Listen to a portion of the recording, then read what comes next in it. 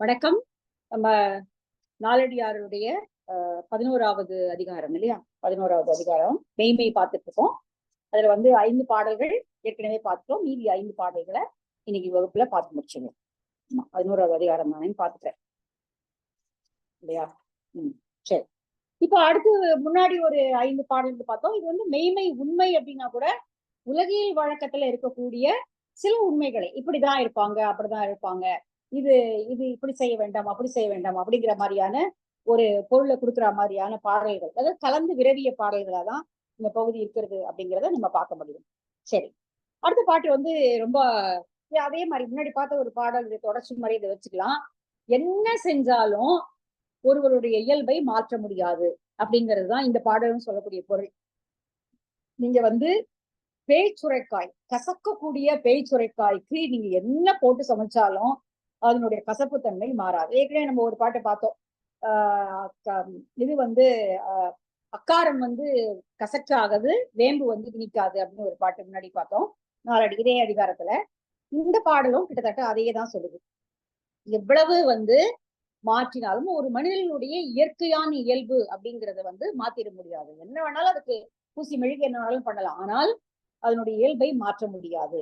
அதுதான் பேய்சுரைக்காய்க்கு என்ன போட்டு சமைச்சாலும் அது மாறாது அப்படிங்கிறதுக்கு இந்த பாடல் அந்த பொருள் தான் சொல்லுது. இடம்பட நஞ்ஞானம் கற்பினும், இடம்பட மெய்ஞானம் இருக்கா இதுல ஆமா, பாடபேதங்கள் சில பகுதியில இருக்கு. இந்த புத்தகத்துல நஞ்ஞானம்னு போட்டுருக்கு, மெய்ஞானம்ங்கிற பாடபேதமும் கொடுத்துருக்கு. சரி, இதையே எடுத்துப்போம். இடம்பட மெய்ஞானம் கற்பினும் என்றும் அடங்காதார் என்றும் அடங்கார். தடம் கண்ணாய் உப்பொடு நெய் பால் தயிர் காயம் பெய்து அடினும் கைப்பு அரா பேய் சுரையின் காய். நமக்கு பிரிச்சு படிச்சாலே இந்த பாட்டு புரிஞ்சிடும் நல்லாவே. ஏன்னா நமக்கு அந்த அந்த அதுல இருக்கக்கூடிய வார்த்தைகள்லாம் நல்லா புரிஞ்சுட்டதுனால, கைப்புன்னா கசப்பு, கசப்பு அறாது, அறாதுன்னா போகாது, அரா அப்படின்னா போகாது. எதுனா பேய் சுரைக்காயினுடைய காயை எவ்வளவு போட்டு சமைச்சாலும், என்ன மாதிரியான பதார்த்தங்கள் இட்டு சமைச்சாலும், உப்பு, நெய், பால், தயிர், காயம்னு பெருங்காயம் போட்டு என்ன போட்டு சமைச்சாலும் அதனுடைய கசப்பு தன்மையை நாம் மாற்றிவிடவே முடியாது. அதுபோல இடம்பட மெய்ஞானம் கற்பினும், மெய்ஞானமாகிய பல்வேறு விதமான கல்வி கேள்விகளை உணர்ந்திருந்தாலும் கூட என்றும் அடங்காதார் என்றும் அடங்கார். அடங்காதவர்கள் என்றைக்குமே, தன்னுடைய இயற்கை அறிவினால் அமையாதவர்கள் என்றைக்கும் அமையவே மாட்டார்கள். அவர்களுடைய எவ்வளவு இருந்தாலும் ஏதாவது ஒரு இடத்துல அவங்களுடைய உண்மை சொரூபம் வெளிப்பட்டுவிடும் அப்படின்னு சொல்றாரு. அதனால நல்ல நூல்களை விரிய கற்றிருந்தாலும் கூட அதற்கும் இயல்புக்கும் எந்த விதமான, அதாவது நம்ம கல்வி அப்படிங்கிறது ஒருவருடைய இயல்பை மாற்றும், அறிவை விரிவாக்கும், நல்ல பண்புகளை வளர்க்கும், மனதை விசாலமாக்கும். இப்படிதான் நம்ம பெரும்பாலும் படிக்கிறோம், கேள்விப்படுறோம், அப்படிதான் நம்மளும் நினைக்கிறோம், நம்புறோம். ஆனா நாலடியார் திரும்ப திரும்ப இந்த விஷயத்த சொல்லுது. அவங்களுடைய இயற்கை அறிவுன்னு ஒண்ணு இருக்கும், இயற்கையான குணம் என்று ஒன்று இருக்கும். அதை அவங்க எங்கேயாவது ஒரு இடத்துல வெளிப்படுத்திடுவாங்க. அவங்க இவ்வளவு படிச்சாலும் அது ஏதோ ஒரு இடத்துல அது உதவாம போயிடும். அதனால அதனுடைய இயல்பை அவர்கள் மாற்றிக்கொள்ள மாட்டார்கள் அப்படிங்கிற ஒண்ண சொல்லுது. மேபி அது சில இடங்களுக்கு உண்மையா இருக்கலாம். ஆனால் பெரும்பாலும் கல்வி என்பது மனிதரை பண்படுத்துவது அப்படிங்கிறதுதான் நாம இவ்வளவு தூரமாக சமூகவியெல்லாம் தாண்டி இவ்வளவு வந்திருக்கும் போது கத்துக்கக்கூடிய விஷயம் அதுதான். சோ அதனால ஒரு பழைய புத்தகத்துல படிக்கிறது அப்படிங்கிறதுனாலயே அதுல இருக்கிற எல்லா உண்மைகளும் உண்மைதான் அப்படின்னு நம்ம எல்லாமே உண்மைதான், சொல்லப்பட்டிருக்கக்கூடிய எல்லாமே உண்மைதான் அப்படின்னு நம்ம புரிஞ்சுக்க வேண்டாம். ஒரு ஸ்கிரிப்டுக்கு பல்வேறு காலகட்டங்களுக்கும் பல்வேறு வாசிப்புகள் இருக்கலாம். இப்ப இது இப்ப 7ஆம் நூற்றாண்டுன்னு சொல்றாங்க. நாலடியார் தொகுக்கப்பட்டது இப்ப 7ஆம் நூற்றாண்டு அப்படின்னு முன்னுரையில் ஒரு கட்டுரையில இங்க சொல்லப்பட்டிருக்கிறது. அப்போ 7ஆம் நூற்றாண்டுல இருந்த ஒரு சமூக நிலை, அன்னைக்கு மனிதர்களை பற்றிய புரிதல், அன்னைக்கு இருந்த ஒரு சமூக உளவியல் அல்லது அரசியல் நிலைப்பாடுகள், அல்லது பெரிய அளவிற்கு பிறரோடு தொடர்பு இல்லாம இருந்தது, இப்படி எவ்வளவு காரணங்கள் இருக்கலாம். அந்த காரணங்களோட தான் இந்த பாடல்கள் எழுதப்பட்டிருக்கிறது. அதனால இன்னைக்கு நம்ம இதெல்லாம் தாண்டி இவ்வளவு தூரம் 21ஆம் நூற்றாண்டு வரும்போது இதுக்கு உரையாசிரியர்களாக எழுதியவர்கள் அதுக்கு பின்னாடி வந்தவங்க தான். இப்ப 7ஆம் நூற்றாண்டுல தொகுக்கப்பட்ட போது இதுக்கு உரைகள் எழுதப்பட்டிருக்காது, பாடல்களாக தான் தொகுக்கப்பட்டிருக்காங்க. பின்னாடி வந்தவங்க தான் உரைகளை எழுதியிருக்கிறார்கள். அதனுடைய நூற்றாண்டுகள் பல கடந்து போயிருக்கலாம். அப்ப அந்த நூற்றாண்டுல எந்த மாதிரியான சமூக உளவியல் இருந்ததுன்னு நமக்கு தெரியாது. சோ அதுவும் அதுல சேருது. அப்போ இப்ப இன்னைக்கு நம்ம 21ஆம் நூற்றாண்டுல வந்து இதை படிக்கும் பொழுது நம்ம கடந்து வந்திருக்கிற தூரம் ரொம்ப அதிகம். இன்னைக்கு நம்மளோட நம்ம பிள்ளைங்க இன்னும் அதிகமான தூரத்தை பாக்குறாங்க, அதிகமான விசாலமான பார்வையுடையவர்களா இருக்காங்க. அப்போ வந்து அதனுடைய அந்த ஸ்கிரிப்ட படிக்கிற பிரதி வாசிக்கிற தன்மை வேறுபடும் அப்படிங்கிறதுனால இதுல இருக்கிற எல்லாமே வந்து சரிதான், சரியான அர்த்தம் சொல்லுது அப்படின்னு நம்ம எடுத்துக்க வேண்டியது இல்லை. அது அந்த காலகட்டத்துல அப்படி ஒரு தன்மை இருந்திருக்கிறது, அல்லது அந்த எழுதிய ஆசிரியருடைய உளக்குறிப்பா கூட இது இருக்கலாம். இந்த ஆசிரியருடைய என்ன நினைச்சிருக்காரோ அதை அவர் எழுதியிருக்கிறார், அவ்வளவுதான். அதனால நாலடியாரை வாசிக்கிறது இப்படிதான் நம்ம வாசிக்கணும் அப்படின்னு நான் நினைக்கிறேன். ஏன்னா நம்ம வந்து இதுல படிச்சிருக்கோம், பாஞ்சாலி சபதத்துல படிச்சிருக்கோம். பாஞ்சாலி சபதத்துல எதுல வருதுன்னு தெரியலையே, பாரதியாருடைய இது முன்பிருந்ததோர் காரணத்தாலே, பாஞ்சாலி சபதத்தான் வரும்னு நினைக்கிறேன். முன்பிருந்ததோர் காரணத்தாலே மூடரே பொய்யை மெய்யனலாமோ, முன்பென சொல்லி நேற்றும் முன்பேயாம் 100 கோடி வருடமும் முன்பே அப்படின்னு ஒரு வரி வரும். முன்பு முன்னோர்கள் சொல்லிட்டாங்க அப்படிங்கிறதுனாலே எல்லாமே நல்லதுதான், எல்லாமே சரிதான் அப்படின்னு எடுத்துக்க வேண்டிய அவசியம் இல்லை. ஏன்னா எவ்வளவோ பழக்க வழக்கங்களை நம்ம வந்து சமூக கட்டுப்பாடுகளை தளர்த்திருக்கோம், மாத்திருக்கோம், விதிகளை வந்து மாத்திருக்கோம். அதனால அதை அப்படி பாக்குறதா. சில பாடல்கள் வந்து நமக்கு வந்து ரொம்ப ஆச்சரியமா இருக்கும், இப்படி எல்லாம் கூட யோசிப்பாங்களா அப்படிங்கிற மாதிரி. சோ அது அந்த காலகட்டத்தினுடைய நிலை அதுதான். சோ அதனால இந்த பாடல் சொல்றதையும் நம்ம அப்படிதான் எடுத்துக்கணும். எவ்வளவு படித்தாலும் இடம்பட மெஞ்ஞானம், இடம்பட அப்படின்னா எந்த அளவிற்கு நல்ல ஞானங்களை மிகுதியான நல்ல ஞானங்களை பெற்றிருந்தாலும் கூட எந்த காலமும் கல்வி அறிவினாலேயே ஒருவர் அமைந்து விடுவார் என்று சொல்ல முடியாது. அவர்கள் பெற்ற கல்வி அறிவிற்கும் அவர்களுடைய நடத்தைக்கும் வேறுபாடு காணப்படும். எப்படி என்றால், தடம் கண்ணாய் வந்து இங்க வெளி நீண்ட அழகிய கண்களை உடையவளே, பேச்சுரைக்காயை என்ன இட்டு சமைத்தாலும் அது எப்படி அதனுடைய குணம் மாறாதோ, தயிர், காயம், பால், உப்பு எது போட்டு சமைத்தாலும் மாறாதோ, அது போல அவர்களுடைய இயல்பு மாறாது. இது ஒரு உலகியல் உண்மை அப்படின்னு இந்த ஆசிரியர் சொல்றாரு. இது ஒரு உலகியல் உண்மையாக இதை வந்து சொல்றாரு. நம்ம ஏற்கனவே இதே மாதிரி இதெல்லாம் பார்த்திருக்கோம். நுண்ணிய நூல் பல கற்பினும் மற்றும் தன் உண்மை அறிவே மிகும் அப்படிங்கிற குறளை வந்து நம்ம முன்னாடி பாடல்லையும் இதுக்கு உதாரணமா பார்த்தோம். சோ அதேதான் இதற்கும் பொருந்தி வருவது. சரி, இதான் இந்த பாடலுடைய பொருள். ரொம்ப எளிமையான ஒரு பாடல் தான். இடம்பட மெஞ்ஞானம் கற்பினும் என்றும் அடங்காரார் என்றும் அடங்கார், தடம் கண்ணால் உப்பொடு நெய் பால் தயிர் காயம் பெய்து அடினும். அடுதல் அப்படின்னா சமைத்தல், நல்ல வார்த்தை இல்லையா? அடுக்களை இன்னைக்கு கூட நிறைய வீடுகள்ல புழங்கக்கூடிய ஒரு வார்த்தை அடுக்களை. அடுக்கலையில போய் என்ன பண்ற அப்படின்றது அடுக்களை. இது வந்து அப்புறமா வந்து மடைப்பள்ளி, மடைப்பள்ளின்னு சொல்றது. கோவில்கள்ல இருக்கக்கூடிய சமையலறையே மடப்பள்ளி அப்படின்னு சொல்லுவாங்க. மடையன் அப்படின்னா சமையல் செய்பவன். சோ அடினும் அப்படிங்கிறது வந்து சமையல் அப்படிங்கிற அந்த வார்த்தைக்கான இன்னொரு வார்த்தை, ரொம்ப அழகான வார்த்தை. கைப்பு அரா பேய்சுரையின் காய். இந்த சுரக்காய் பேய் சுரைக்காய் 2 இருக்கான்னு எனக்கு தெரியல. சுரக்காய் நமக்கு தெரியும், இன்னைக்கு நம்ம வந்து ரெகுலரா சமையல்ல பயன்படுத்துறோம் அதை. ஆனா பேய் சுரைக்காய் அப்படிங்கிறது என்னன்னு எனக்கு தெரியல, தேடியும் பார்க்கல. பேய் சுரைக்காய்களோடு விட்டேன். பேய் சுரைக்காய்க்கு வேற ஏதாவது, அப்ப வேற ஏதாவது ஒரு வெரைட்டில இருக்காது. ஏன்னா ஆக்சுவலா ஒரு கசப்பு இருக்கும். இப்ப வெள்ளரி, பீர்க்கம், அப்புறம் இந்த சுரை, இந்த மாதிரி கொடியில வர்றதுல வந்து சிலது வந்து கசப்பு தங்கியிருக்கும். வெள்ளரிக்காயில கூட நீங்க அந்த மேல அந்த காம்பை இது பண்ணிட்டு அந்த நுரைய எடுத்துட்டு, ஈவன் வந்து பெங்களூர் கத்திரிக்காய் சவுச்சவுன்னு சொல்ற அதுல கூட இந்த கசப்பு சில நேரம் இருக்கிறத பார்க்க முடியும். இப்போ இந்த ஒருவேளை அதுல அந்த கசப்பு அதிகமா இருக்கக்கூடிய காய் வெரைட்டியா அது இருக்கலாம். இங்க வந்து இதே மாதிரி ஒரு பழமொழியிலும் ஒரு பாட்டு இருக்கு. ஐங்காயம் இட்டரைத்து கரைத்தாலும் தன்காரம் போகாதாம் பேச்சுரைக்காய் அப்படின்னு பழமொழி 400ல ஒரு பாடல் வருது. அதனால தன்னுடைய இயல்பில் இருந்து அவர்கள் மாற மாட்டார்கள். எனவே அது மனிதர்களுடைய இயல்பு அப்படிதான் அப்படின்னு சொல்றாரு. சரி, 117வது பாட்டு. இது கொஞ்சம் வித்தியாசமான பாட்டு. இது எப்படி வந்து என்ன மாதிரி உண்மையான இதனுடைய இது என்னன்னு தெரியல இது. ஆனா இதுக்கு தகுந்த மாதிரியான வேற ஒரு உதாரண பாடல்களும் இருக்கு. தம்மை இகழ்வாரை தாம் அவரின் முன் இகழ்க, என்னை அவரோடு பட்டது புன்னை விரல் பூ கமழ் காணல் வீங்கநீர் சேர்ப்ப உரற்பால யாருக்கும் உரும். 3வது வரி வந்து விழியாக வருவது. புன்னை விரல் பூம் கமழ் காணல் வீங்கு நீர் சேர்ப்ப. வீங்கு நீர் என்றால் அதிகமான நீர் அலைகளையுடைய கடற்கரையினுடைய தலைவனே.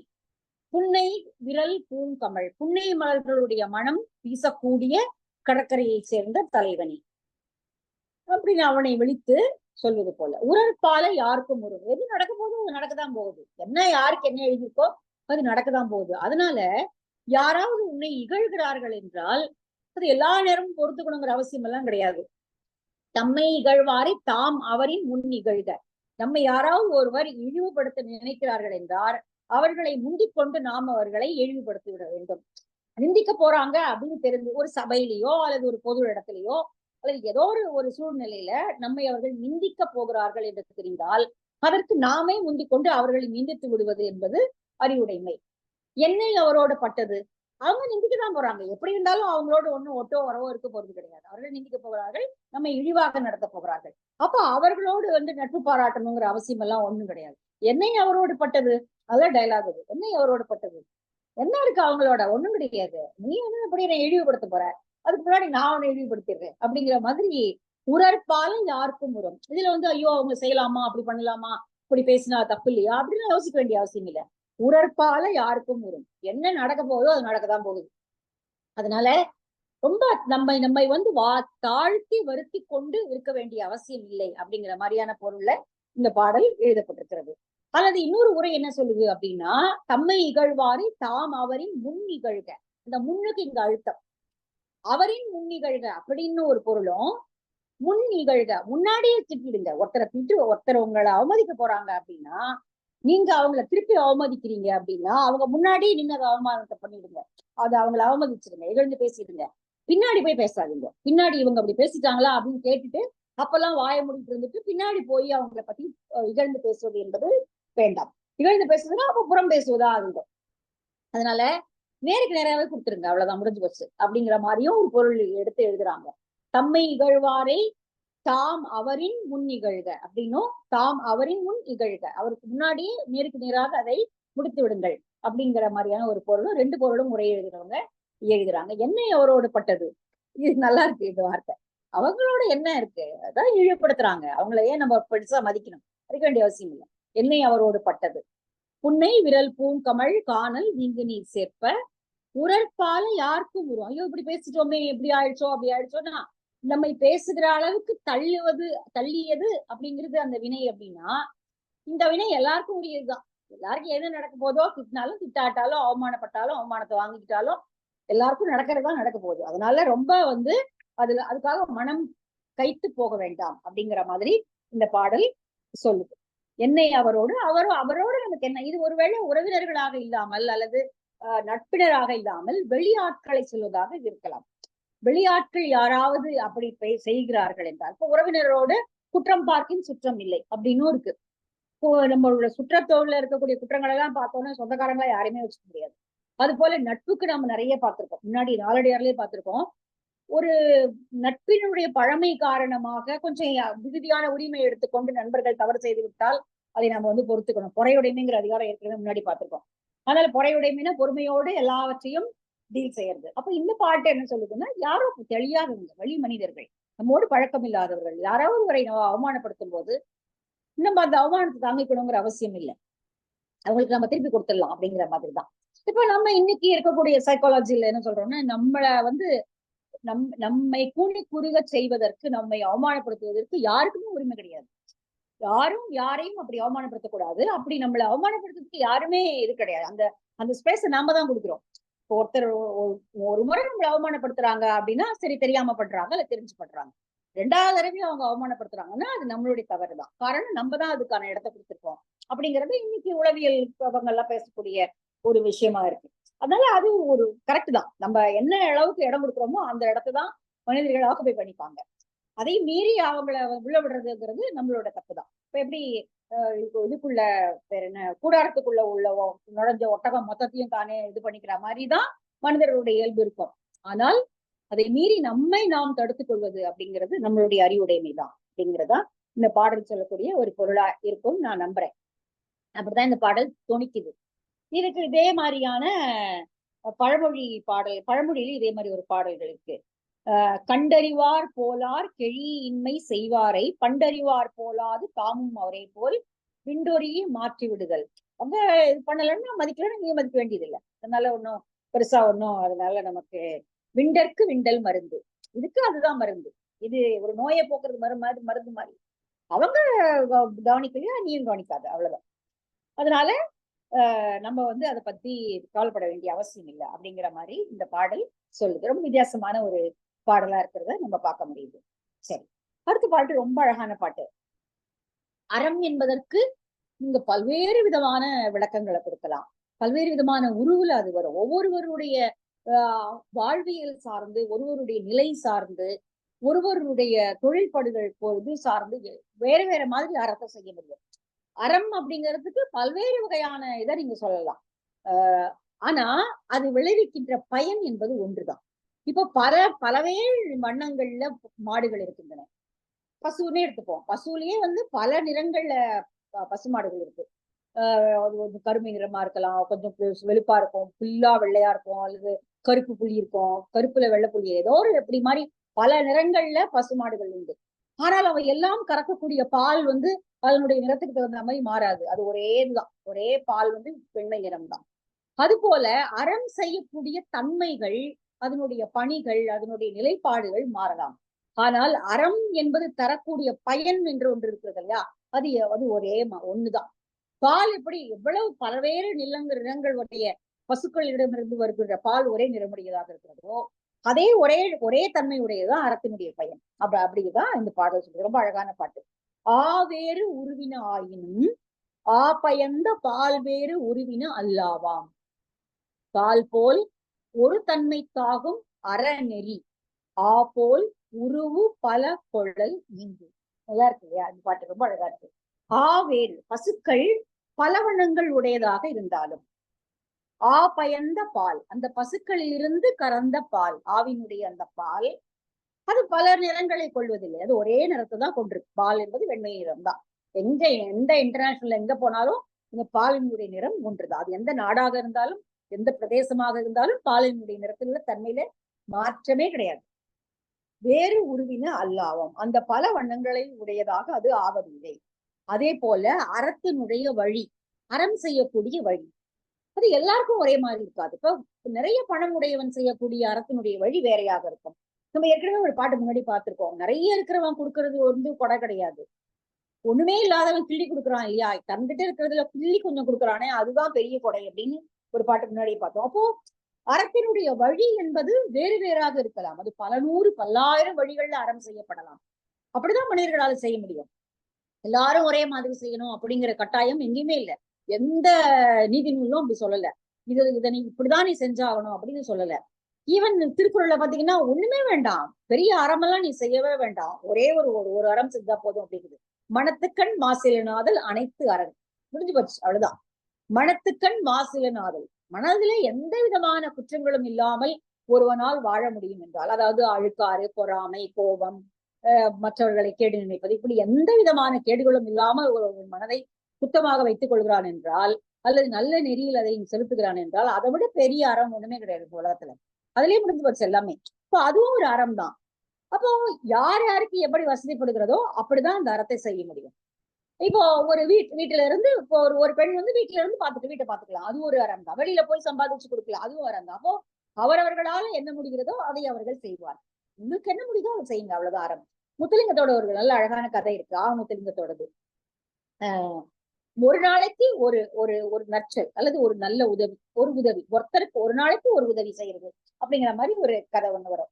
அன்னைக்கு என்ன உதவி செஞ்சேன் நான், ஏதோ ஒரு நாள் ஒரு நல்ல சொல்லாக இருக்கலாம், அல்லது ஈவன் ஒரு புன்சிரிப்பாக கூட இருக்கலாம். அது கூட ஒரு நல்ல இதுதான். வந்து ஒரு ரொம்ப சோகத்தோட வரும்போது அவரை பார்த்து நம்ம ஒரு வணக்கம் சொல்லி சிரிக்கிறது கூட ஒரு பெரிய அறம் தான். அது யாரோ ஒருத்தருடைய மனதை அது மகிழ்விக்கிறது, அது மலர்த்துகிறது அப்படின்னும் போது அது கூட ஒரு அறம் தான். அதனால ஒரு தன்மைக்காகும் பால் எப்படி ஒரு தன்மைக்காக ஆகுதோ அது போல அறநெறி ஆ போல் உருவு பல கொழல் ஈங்கு. அறநெறி செய்யக்கூடிய வகைகள் பல்லாயிரம் வகையாக இருக்கலாம். ஆனால் அது தரக்கூடிய பயன் என்பது, நற்பயன் என்பது ஒரே தன்மை உடையதுதான். அது மனிதர்களை உயிர்க்கும் அப்படிங்கிற அந்த ஒரு தன்மை தான் இருக்கு.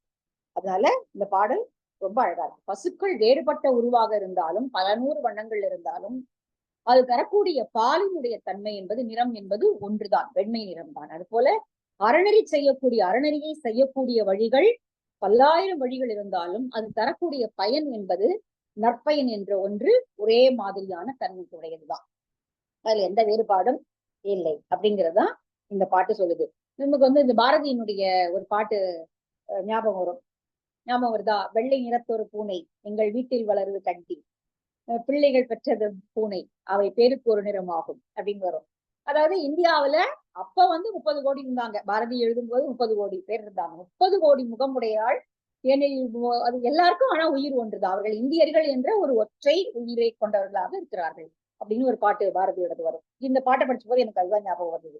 ரொம்ப அழகான பாட்டு அது பாரதியோடது. வெள்ளை நிறத்தொரு பூனை எங்கள் வீட்டில் வளரது கண்ணி, பிள்ளைகள் பெற்றது பூனை அவை பேருக்கு ஒரு நிறம் ஆகும், சாம்பல் பாம்பின் நிறம் ஒரு கொட்டி வரும் சாம்பல் நிறம் ஒரு கொட்டி அப்படின்னு அந்த கடைசியில அது முடியும். எந்த நிறமா இருந்தாலும் அது அந்த ஒரு தாயின் பிள்ளைகள் தானே. அது போல நாங்க இந்தியர்கள் எல்லாருமே எங்களுக்குள்ள 1000 உண்டு ஜாதி இதில் அந்நியர் புகழ் என்ன நீதி. அதனால எங்களுக்குள்ள எவ்வளவு பிரிவுகள் இருக்கலாம், ஆனா நாங்க எல்லாரும் இந்தியர்கள் தான் அப்படிங்கிற அந்த தன்மை போல இங்க அறநெறிகளுடைய வழிகள் 1000 ஆனால் அவை தரக்கூடிய பயன் ஒன்றுதான். அதுதான் அப்படிங்கறதுதான் இந்த பாடல். இது ரொம்ப சூப்பரான பாட்டு இல்லையா? ரொம்ப அழகா இருக்கு இந்த பாட்டு. அப்பப்போ ஒரு நல்ல நல்ல நல்ல பாடல்கள் இப்படி வந்துருது. சரி, அடுத்த பாட்டு போலாமா? 119வது பாட்டு.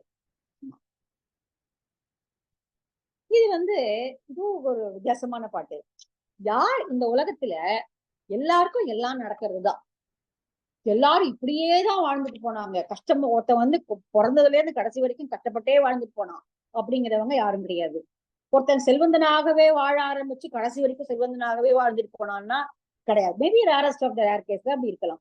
அல்லது புகழோடவே ஒருத்தன் வாழ்ந்தான் ஏதாவது உண்டா? அவனுக்கு வசையே இல்லையா? அவனை பத்தி யாருமே திட்டலையா? அவன் நிந்திக்கலையானா கிடையாது. அப்படி இல்லை.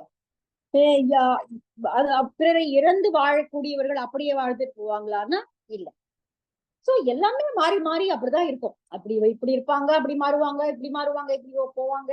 அதனால இந்த உலகத்தினுடைய இயற்கை என்பது இப்படிதான் மாறி மாறி மாறி இருக்குமே ஒழிய எல்லாரும் இப்படியேதான் வாழ்ந்துட்டு போறாங்க, ஒரே மாதிரிதான் வாழ்ந்துட்டு போறாங்க அப்படிங்கிற எந்த ஒரு நிலைப்பாடும் இங்க இல்லை. அதனால இந்த பாடல் அப்படிதான் சொல்லுது. இந்த ஒரு கண்ணதாசன் பாட்டு வரும் பாருங்க, சிவாஜியோடது, போனால் போகட்டும் போடாவா, இந்த பூமியில் நிலையாய் வாழ்ந்தவர் யாரெல்லாம். எல்லாமே எல்லாமே இப்படி மாறி மாறி மாறி வருவதுதான், மாற்றம் ஒன்றே மாறாது அப்படிங்கிறது இந்த உலகத்தினுடைய இயற்கை. அதனால அவங்க இப்படி இருக்காங்க, இவங்க இப்படி இருக்காங்கன்னா பார்த்து நம்ம எதுவும் பொறும வேண்டிய அவசியம்லாம் எதுவுமே இல்லை. எல்லாமே மாறி மாறி வருவதுதான். யார் உலகத்தோர் சொல்லில் இல்லார், யார் உலகத்து ஓர் சொல் இல்லார், தேருங்கால் யார் உபாயத்தின் வாழாதார், யார் இடையாக இன்னாதது எய்தாதார், யார் கடை போக செல்வம் உய்யாதார். செல்வம் உய்த்தாராமா, செல்வம் உய்த்தார். நமக்கு நல்லாவே புரியுது இல்லையா அந்த பாட்டு? யார் உலகத்து ஓர் சொல்லினார், ஒரு சொல்லு கூட நான் தாங்க மாட்டேன் அப்படின்னு யாராவது இந்த உலகத்துல வாழ முடியுமா? ஒரு சொல்லு கூட என்னால தாங்க முடியாது, அவ்வளவு மானம் எனக்கு உண்டு அப்படின்னு சொல்ல முடியுமா? முடியாது. எல்லாருக்கும் ஏதாவது ஒரு காலத்துல புகழப்படுபவர்கள் பின்னாடி கீழப்படுபவர்கள் புகழப்படுவார்கள், அல்லது அப்படி மாறி மாறிதான் வரும். அதனால யார் உலகத்து ஓர் சொல் இல்லாதார். இப்படி உலகத்திலிருந்து இந்த மாதிரி ஒரே மாதிரியான பேரில் நிலை பெற்றவர்கள் யாராவது இருக்கிறார்களா? கிடையாது. யார் உபாயத்தின் வாழாதார், உபாயத்தின் வாழாதார்னா இந்த ஜென்மத்துல ஒண்ணுமே பண்ணிருக்க மாட்டாங்க. ஒரு உரை இப்படிதான் சொல்லுது, இந்த ஜென்மத்துல ஒரு நல்ல காரியமும் பண்ணிருக்க மாட்டாங்க, ஒரு நல்வினையும் கிடையாது. ஆனால் போன ஜென்மத்துல செய்த நல்வினைகளின் காரணமாக இந்த ஜென்மத்துல நல்ல சிறப்பான வாழ்க்கை அவர்களுக்கு கிடைச்சிருக்கும். நம்ம ஏற்கனவே முன்னாடி பாட்டு கூட பார்த்தோம், நிறைய பாடல்கள் அது மாதிரி இருக்கு. உண்மையே செய்யல, இவ்வளவு மோசமானவனா இருக்கான், ஆனா அவனுக்கு எல்லா செல்வமும் கிடைக்குது, எல்லா ஒரு பெருமையும் கிடைக்குது, ஆனா நல்லா இருக்கிறவன் இப்படி விழுந்து படுறானே, என்னன்னா அது ஊழ்வினைதான் காரணம். ஒரு முன்னாடி ஒரு பாட்டு வந்தது. அது போல யார் உபாயத்தின் வாழாதார், உபாயம்னா போன ஜென்மத்துல பண்ண ஏதோ நல்வினைகளினால இந்த காலத்துல அதை அனுபவிச்சுட்டு இருக்கிறவங்க யாரும் இல்லை, நிறைய பேர் இருக்காங்க உலகத்துல. நம்ம பாக்குற நிறைய இந்த வசனம் பரவலா சொல்லப்படுறதுதான். என்ன புண்ணியம் பண்ணானோ இப்ப நல்லா வாழ்வாங்க, வாழறான், அவனுக்கு வாழ்வ பாரு அப்படிங்கிற மாதிரியான வசனங்கள் டெய்லி கலோக்கியில சொல்லப்படக்கூடிய ஒன்றுதான். யார் உபாயத்தின் வாழாதார், இந்த உபாயத்தினால போன ஜென்மத்துல இருந்த சிலவற்றினால யார் வாழாதவர்கள், இந்த தர்மத்தினால இப்ப வாழறவங்க எவ்வளவு பேர் இருக்காங்க. யார் இடையாக இன்னாதது எய்தாதார், யாருடைய வாழ்க்கையில நடுவுல துன்பம் வராமல் இருக்கிறது, அப்படி யாராவது காட்ட முடியுமா? நம்ம ரொம்ப அடிக்கடி கேள்விப்பட்ட ஒரு கதை தான் புத்தருடைய கதை. ஒரு ஒரு தாய் வந்து தன்னுடைய குழந்தை இறந்து போன போது அதை புத்தர் வந்து அதிசய செயல்கள்லாம் செய்வார் அப்படின்னு நம்பிக்கொண்டு வந்து அந்த அம்மா வந்து கேக்குறாங்க, என்னுடைய குழந்தைய உயிர்ப்பித்து கொடுங்க அப்படின்னு. எவ்வளவு சமாதானம் சொன்னாலும் போகல. இல்ல இல்ல, இது வந்து குழந்தையெல்லாம் உயிர்ப்பிக்க முடியாது, அப்படி இது யாராலும் செய்ய முடியாது அப்படின்னா கூட நம்பல. திரும்ப புத்தர் சொல்றாரு, யார் வீட்டுல வந்து மரணம் நிகழலையோ அவங்க வீட்டுல இருந்து கொஞ்சம் கடுகு வாங்கிட்டு வாங்க அப்படின்னு. அப்புறம் அந்த அம்மா போகுது. இது நம்ம சின்ன வயசு கிளாஸ்லயே படிச்சிருக்கோம் இந்த கதையெல்லாம். எல்லா வீட்டுக்கும் போறாங்க. அப்புறம் தான் தெரிய வருது, எல்லா வீட்டுக்கும் அந்த துக்கத்துல முதல்ல அவங்களுக்கு தெரியல. ஆனா எல்லா வீட்டுக்கும் போன பிறகு அவங்க நிலைமையை புரிஞ்சுக்கிறாங்க. எல்லா வீட்லயும் ஏதாவது ஒண்ணு நடந்துதான் இருக்கு. எல்லா வீட்டுக்கு வீடு வாசப்படி அப்படின்னு சொல்லுவாங்க. சோ எல்லா வீடுகள்லயும் துன்பமோ துயரமோ ஏதோ ஒண்ணு இருக்குதான் இருக்கு. இன்னா நிலையோ ஏதோ ஒண்ணு இருக்கதான் இருக்கு. அதுதான் இந்த வரி சொல்லுது. யார் இடையாக இன்னாதது எய்தாதார். இடையில துன்பம் ஈதாதவர்கள் என்று யாராவது இந்த உலகத்துல உண்டா? ஒரே மாதிரி வாழ்க்கை வாழ்ந்தவர்கள் என்று உண்டா? யாரும் கிடையாது. யார் கடை போக செல்வம் பொய்த்தார். கடைசி வரைக்கும் முதல்ல ஈட்டிய செல்வத்தை கடைசி வரைக்கும் அப்படியே இருந்து வச்சு வாழ்ந்தவன் அப்படிங்கிறது கிடையாது. அது யாராக இருந்தாலும் எவ்வளவு கோடி கோடியா வச்சிருந்தவங்க கூட ஏதாவது ஒரு தவறு செய்து அது மொத்த செல்வத்தையும் இழந்து கடைசியில ஒன்றுமே இல்லாம போய் நிற்கக்கூடிய நிலைமையும் நம்ம பார்த்திருக்கோம். செல்வத்தை கடைசி வரைக்கும் போதும் என்று அல்ல, இன்னொன்னு சொல்லுது, இன்னொரு உரை என்ன சொல்லுதுன்னா, தமக்கு போதும் என விடு அளவும் கடை போக அப்படின்னா யார் செல்வத்தை போதும் அப்படின்னு நிறுத்திட்டு வேண்டான்னு விட்டவன் எவனாவது இருக்கான உலகத்துல? கிடையாது. அதுவும் அந்த பொருள் நம்ம எடுத்துக்கலாம். அதனால இந்த உலகத்துல இப்படிதான் இருக்கும், இப்படியேதான் இருப்பாங்க அப்படின்னு சொல்றதுக்கு எதுவுமே கிடையாது. எதுவுமே நிலையில்லா, எதுவுமே நிலையா இப்படிதான் இருக்குன்னு சொல்ல முடியாது. அது மாறி மாறி மாறி வரும். அதுதான் உலகத்தினுடைய இயற்கை. அதனால எதையும் பார்த்து நாம் துயரப்படுதலோ அல்லது நம்முடைய நிலையை நினைத்து வருந்துதலோ தேவையில்லாத ஒன்று. அது மாறி மாறி வரக்கூடியதான். முதல்ல இன்பம் வரும், அப்புறம் துன்பம் வரும், துன்பம் வரும், இன்பம் வரும், போகும் வரும், இப்படிதான் இருக்க வாழ்க்கை என்பது. அதனால இது உலகத்தினுடைய மெய்மை, இதுதான் உலகத்தினுடைய உண்மை. அதனால பெருசா இதுக்காக மனம் விட்டு போக வேண்டிய அவசியம் இல்லை அப்படிங்கிறத இந்த பாட்டு சொல்லுது. ஓர் சொல் அப்படின்னா பழிச்சொல் அப்படின்னு இங்க பொருள் கொடுக்குறாங்க. பழிச்சொல், பழிச்சொல்லை எய்தாதவர்கள் என்று யாராவது இந்த உலகத்துல உண்டா? எவ்வளவு நல்லதெல்லாம் பண்ணியிருந்தாலும் கூட பின்னாடி போய் சொல்றாங்க, ஆமா என்ன பெருசா பண்ணிட்டாங்க அப்படின்னு அப்படிங்கிற ஒரு வார்த்தை கண்டிப்பா உறவினர்கிட்ட இருந்தோ நண்பர்கள்கிட்ட இருந்தோ வரதான் வரும். அது வந்து நம்ம ஒண்ணுமே செய்ய முடியாது. என்ன நீ பெருசா செஞ்சுட்ட அப்படிங்கிற வார்த்தை கேட்காத குடும்பமே இருக்காது. இவ்வளவு செஞ்சிருப்பாங்க அவங்க, பாடா உழைச்சிருப்பாங்க, அல்லது கையில இருக்கிறதெல்லாம் சுத்தி கொடுத்திருப்பாங்க. பின்னாடி ஏதாவது ஒரு சண்டை வரும்போது என்ன நீ பெருசா செஞ்சுட்ட அப்படிங்கிற வார்த்தை வராத வீடு எதுவுமே கிடையாது உலகத்துல. எல்லா வீடுகளையும் அது இருக்கதான் இருக்கு. அதனால இதுதான் உலகத்தினுடைய இயற்கை. இதுல நம்ம வருந்தி ஒண்ணும் ஆக போறது இல்லை. இந்த மேன்மையை புரிந்து கொண்டால் நாம நம்முடைய வாழ்க்கையை ஓரளவுக்கு நிம்மதியானதாக வாழ முடியும் அப்படிங்கிறதான் இந்த பாட்டு சொல்லுவது. சரி, கடைசி பாட்டு நிலையான ஒரு உண்மையை சொல்லுது. இப்படிதான் வாழ்க்கை. இது கடைசியில என்ன என்ன எடுத்துட்டு போறோம்? கடைசியில இந்த டயலாக்ஸ் கேட்காத வீடுகளும் கிடையாது. என்ன எடுத்துட்டு போயிட போறோம்? கடைசியில எல்லாத்தையும் நான் வாரி சுருட்டியை எடுத்துட்டு போயிட போறேன் அப்படிங்கிறத நம்ம பெரும்பாலும் நம்மளுடைய பேச்சு வழக்குல பயன்படுத்துறோம். பட்டினத்தாருடைய அழகான கதை இருக்கிறது. காதற்ற ஊசியும் வாராதுதான் கடைவழிக்கே. காது இல்லாத ஊசி, காது ஊசிக்கு காது இருந்தாதான் அது பயன்படும். அந்த காது இல்லைன்னா அதுக்கு எந்த பயனுமே கிடையாது. ஆனால் அதை கூட நம்ம தூக்கிட்டு போக முடியாது. அது பயன் இல்லாதது தானே, அதை எடுத்துட்டு வரேன்னா அதுவும் முடியாது. அதுக்கும் இங்க விட்டுட்டு தான் வரணும். எல்லாத்தையுமே இங்க அனுபவிப்பதாக நினைக்கக்கூடிய எதையுமே நம்ம தூக்கிட்டு போக முடியாது. அதனால நாம் செய்யக்கூடிய நல்வினை தீவினைகள் என்ற ஒன்றை மட்டும்தான், அதனுடைய பயனை தான் நம்ம எடுத்துட்டு போக முடியும். அதனால அதை மட்டும் செய்யுங்க, அதை மட்டும் கவனம் கொள்ளுங்க அப்படின்னு இந்த பாட்டு சொல்லுது. தாம் செய் வினையல்லால் தம்மோடு செல்வது மற்ற யாங்கனும் தேரில் பிரிவில்லை. ஆக்கும் தான் ஆங்குத்தாம் போற்றி புனைந்த உடம்பும் பயனின்றே கூற்றம் கொண்டோடும் பொழுது. கூற்றம் தூக்கிட்டு ஓடிடும். ஒரு ஏதோ நம்ம போக வேண்டிய டைம் வந்துருச்சு அப்படின்னா நம்மை கூற்றம் நின்னெல்லாம் பார்த்து மெதுவாலாம் எடுத்துட்டு போவாது, டக்குன்னு வந்து தூக்கிட்டு போயிடும். அப்போ அப்படி தூக்கிட்டு போகும்போது நம்ம அப்படியே பாதுகாத்து அத்தனை வாசனை திரவியங்களோடையும் போட்டு நெய் பூசி அழகுபடுத்தி இந்த உடம்பையும் நம்ம தூக்கிட்டு போக முடியாது. நம்ம எவ்வளவு அலங்காரம் பண்ணி எவ்வளவு அழகாக வச்சிருந்தாலும் அந்த உடம்பு வீண்தான் கூற்றம் எடுத்துக்கொண்டு போகும்பொழுது. சரி, வேற எதையாவது எடுத்துட்டு போக முடியுமானா, தாம் செய்த வினையல்லால், நம்ம செய்த நல்வினை தீவினைகளுடைய பயனை தவிர தம்மோடு செல்வது மற்றும் யாங்கனும் தேரில் பிரிதில்லை. யாங்கனும் ரொம்ப ஆராய்ஞ்சு பார்த்தாலும், எவ்வளவு ஆராய்ஞ்சு பார்த்தாலும் சரி எதையாவது எடுத்துட்டு போவானா இந்த மனுஷன் போகும்போது அப்படின்னு ஆராய்ஞ்சு எவ்வளவு ஆராய்ஞ்சு பார்த்தாலும் அவர்கள் செய்யக்கூடிய வினைகளை தவிர வேறு எதையுமே யாரும் எடுத்துட்டு போக முடியாது. அந்த கணக்கு மட்டும்தான் எழுதப்படும்.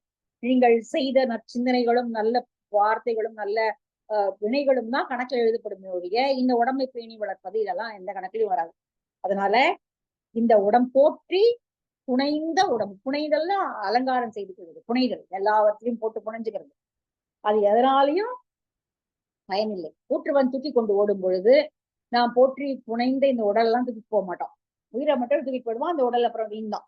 அதனால நன்றாக ஆராய்ந்து பார்க்கும் பொழுது நமக்கு நாம் செய்த வினைகள் மட்டும்தான் உடனாக வரப்போகின்றன. நம்ம ஏற்கனவே முன்னாடி பார்த்தோம், தோல்ல தூக்கிட்டு போற கட்டுச்சாத மூட்டை மாதிரி, கட்டுச்சோறு மூட்டை மாதிரி போற வழிக்கு, அத ஒரு ஊற்று போகும்பொழுது அந்த வழிக்கு நீங்கள் செய்த நல்வினை தீவினைகள் தான் உங்களுக்கு கட்டுசாத மூட்டை மாதிரி வரும்னு ஒரு பாட்டு முன்னாடி படிச்சோம் இல்லையா? நாலடியார்லயே வந்தது முன்னாடி. அந்த பாடல் இப்போ ஞாபகம் வருது. அதனால நம்முடைய வினைகள் மட்டும்தான் நம்மோடு வரப்போகுது என்பதை கவனத்தில் கொண்டால் நாம் அது போல வாழ்க்கையை அமைந்து கொள்ளலாம். அதுக்கு ஈக்குவலான குரல் இருக்கு. அன்றறிவாம் என்னாது அறம் செய்க, மற்றது பொன்றுங்கால் பொன்றா துணை. அதுதான் பொன்றாத துணையாக இருக்க முடியும். அறநெறியில் இதே மாதிரி ஒரு பாட்டு, ரொம்ப அழகான பாட்டு. ஈட்டிய ஒன் பொருளும் இல்லொழியும் சுற்றத்தார் காட்டுவாய் நேரே கழிந்து ஒழிவர், மூட்டும் எரியின் உடம்பும் மொழியின் ஈர்க்குன்ற நாட தெரியின் அறமே துணை. நல்லா இருக்கு இல்லையா? அறமே துணை. நாம் செய்த அறம் மட்டும்தான் நமக்கு துணையாக வரும். மற்றது எல்லாமே எதுவுமே நமக்கு துணையாக வராது. நிறைய சித்தர் பாடல்களை நம்ம இதை பார்த்திருக்கலாம். ஏராளமான சித்தர் பாடல்களை நம்ம இதுக்கு உதாரணமாக காட்ட முடியும். சோ இது இதோட மெய்மை. இந்த உலகத்துல இருக்கக்கூடிய பலவேறு உண்மைகளை சொல்லிய ஒரு அதிகாரம், கலந்து கட்டி இருக்கக்கூடிய ஒரு அதிகாரம் இது. அடுத்தது தீவினை அச்சம். அடுத்து நம்ம அடுத்த வகுப்புல, நாளைய வகுப்புல பார்க்கலாம்.